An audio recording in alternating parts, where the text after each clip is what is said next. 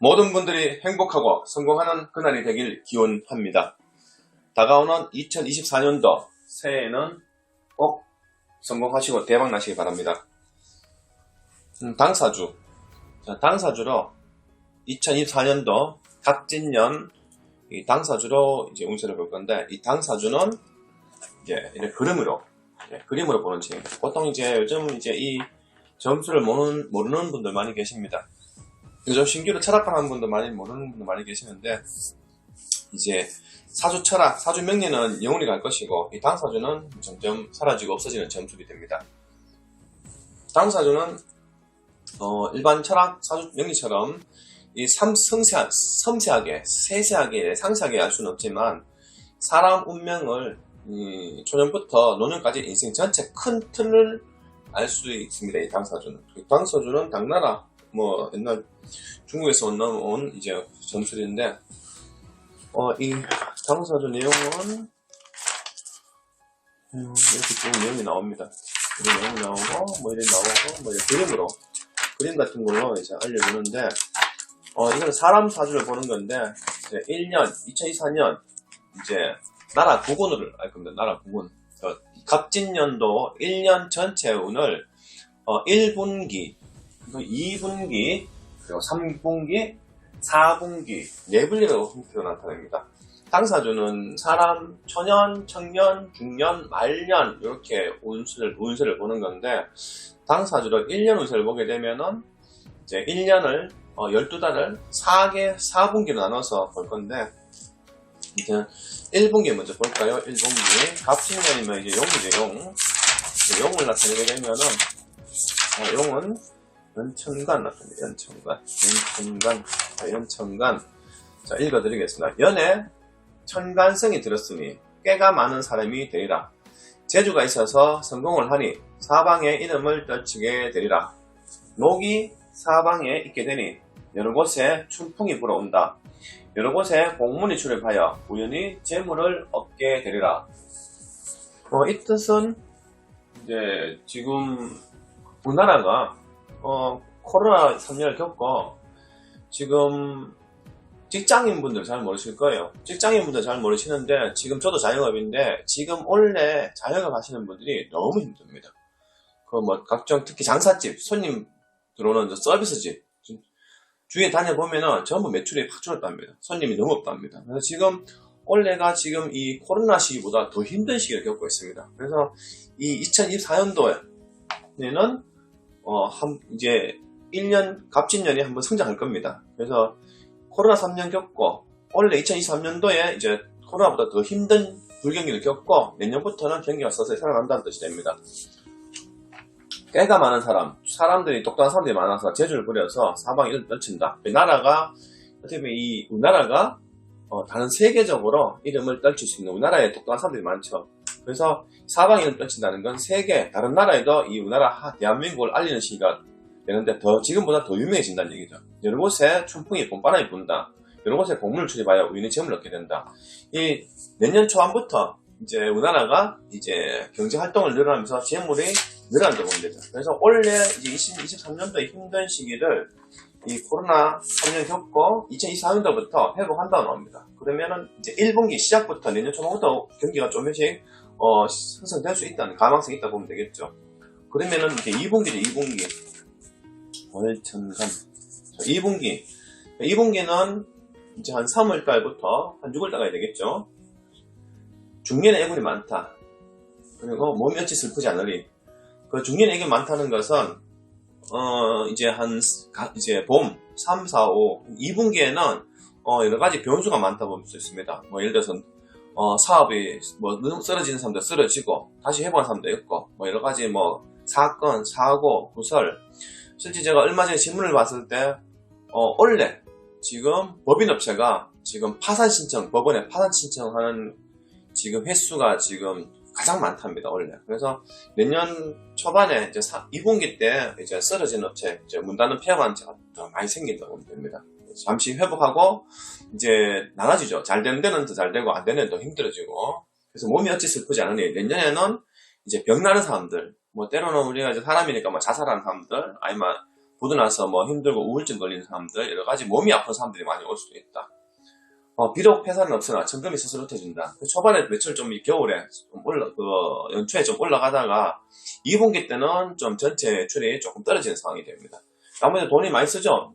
천금이 스스로해진다. 이제 4월 3, 4, 5 이제 봄이죠. 봄에 여행 가고 이래가 돈을 많이 쓴다 보면 되겠죠. 그다음에 이제 3분기다. 3분기 인천간. 자, 3분기는 7, 8, 9 이렇게 되겠네요. 7, 8, 9. 그러면 여름 좀 되겠네요. 앉아서 평생을 깨한다. 깨를 기명했으니 이상한 사람이다. 3분기에 우리 우리나라에 똑똑한 사람들이 많으니까 그 똑똑한 사람들, 머리 쓰는 사람들을 해서 태극이 비친다. 이제 다른 전 세계적으로 막 우리 대한민국을 알리면서 은덕의 뷰, 하늘의 은덕 반드시 보아야 된다. 내년에 3분기에는 우리나라 똑똑한 사람들, IT 쪽이죠. 우리나라가 IT가 유명하죠. IT, AI, 인터넷 같은 경우로 그런 부분, 그리고 우리나라의 이제 K-pop, 이제 가수들, 외국 이 똑똑한 사람들, 재주가 뛰어난 사람들이 깨를 기명하겠으니, 재주 많은 사람들 인해서 이제 다른 외국까지 이제 뻗치면서 하늘의 은덕. 그래서 이제 하늘이 도와줍니다. 코로나 3년 겪고, 2023년도 위기를 겪고, 이제 하늘에서 이제 회복하려고. 그래서 이제 회복하려고 이제 3분기부터 좀 회복하는 시기를 준다. 이렇게 보면 됩니다. 지금 2분기 때 조금 약했고, 3분기 때부터는 성장하고, 이제 4분기입니다. 4분기는 마지막, 11, 12, 이제 3개월 되겠죠. 이제 겨울 상황이 되는데, 원통함은 많지 아니라 소년시절에 하는 일은 이름이 있으나 실속은 없다. 뼈를 비상하였으니 입으로 재산을 모으리다. 상업으로 종사한다면 의식을 풍조하다. 소년시절에 하는 일은 없다. 초반이죠. 초반에 연초에 하던 일은 조금 실속이 없었다. 연초에 1분기 때 좀 잘 되다가 2분기 때 약했다가 3분기 때 서서 일어나는데 결국 실속은 없다. 이제 이 마지막에 연말 가을부터 10월 달부터 제대로 이제 경기가 회복한다면 돼. 재산을 모은다. 재산을 모은다는 것은 이제 외국에 돈을 벌어들이고 내년 이제 4분기 때부터 우리나라 경제 활동이 조금 늘어난 상황이죠. 재산, 상업이면 장사하는 사람들, 특히 이제 서비스, 장사계통에 내년 연말부터 제대로 손님이 와서 정착한다. 그래서 올해 없던 손님들이 내년에 손님이 돌아온다 보면 되겠죠. 내년에 이제 서비스업에 이제 성장을 하면서, 장사집에 성장을 하면서 이제 의식을 풍족한다. 그래서 이 올해하고 지난 코로나 이제 4년을 겪었죠. 올해 불경기랑 이 겪는 손님들이 도망갔다가 이 영업집에 다시 손님이 돌아오는 것이 내년 4분기 되면은 이제 손님이 돌아와서 이제 영업집이 정상적으로 돌아가는 상황이 됩니다. 그래서 내년에는 2분기도 좀 약했고 3분기, 4분기부터 성장합니다. 내년 이 여름부터 제대로 이제 경제 활동이 늘어난다고 볼 수 있겠습니다. 그러면 내년에는 자 부부들 관계 인연, 결혼 같은 거, 부부 인연, 결혼 생활 이어질지 아니면 헤어질지 이런 걸 보는데 내년에 부부 관계는 부부들 간에 중부. 자, 서쪽에 하늘에 해가 기울게 되니 눈물로서 세월을 보내게 되리라. 남자는 상처를 할 것이다. 내년에 이제 코로나 3년, 원래 불경기를 겪고 장사나 사업하는 사람들 이혼 많이 할 수 있겠죠. 하는 일이 어려워지고 이러면. 그래서 남자가 상처를 받는다는 것은 여자가 이제 떠나가서 이혼하는 경우죠. 이혼해서 내년에 이제 연초에 시작할 때, 부부들이 이제 이혼하는 사람들이 많이 생길 수 있다. 그리고 때로는, 남자가 상처받는 거, 헤어지는 거, 아니면 남자들이 결혼을 쉽게 하기 어려운 상황. 그래서 남자 부분에 여자는 상부를 하게 되겠다. 남자가 이제 결혼을 하는 시기가 조금 쉽지가 않고, 결혼하는 게 좀 쉽지가 않고, 그리고 이제 이혼하는 사람들이 많이 생길 수 있다는 얘기죠. 자손의 덕이 없다. 그러면 내년에 출산율은 좀 떨어질 수 있습니다. 갑자기 경제가 회복한다 하더라도 갑자기 사람들이 결혼을 하고 출산하는 건 아니죠. 출산율은 좀 떨어질 수 있습니다. 그래서 슬픈 눈물은 금하기 어렵다. 그래서 내년에 초반에 조금 위험합니다. 내년 초반에 이제 남자분들은 이혼해서 힘든 경험을 겪어야 되고 자식 인연이 좀 약할 수 있다. 중년이 넘으면 피폐성이 되리라. 초반에 중년이 되면은 이제 한 3분기, 4분기 되겠죠. 초반에는 이혼하는 확률, 출산율이 떨어지는데 중년 3분기부터 결혼과 출산율이 늘어나는 상황이 됩니다. 자식. 내년 우리나라 자식률, 출산율을 한번 볼까요? 자, 자궁이 자꾸 희박하니 명사의 증선을 드려 기도를 올려라. 늦게 얻은 두 아들 중에 하나들은 과히 계약이 되리라.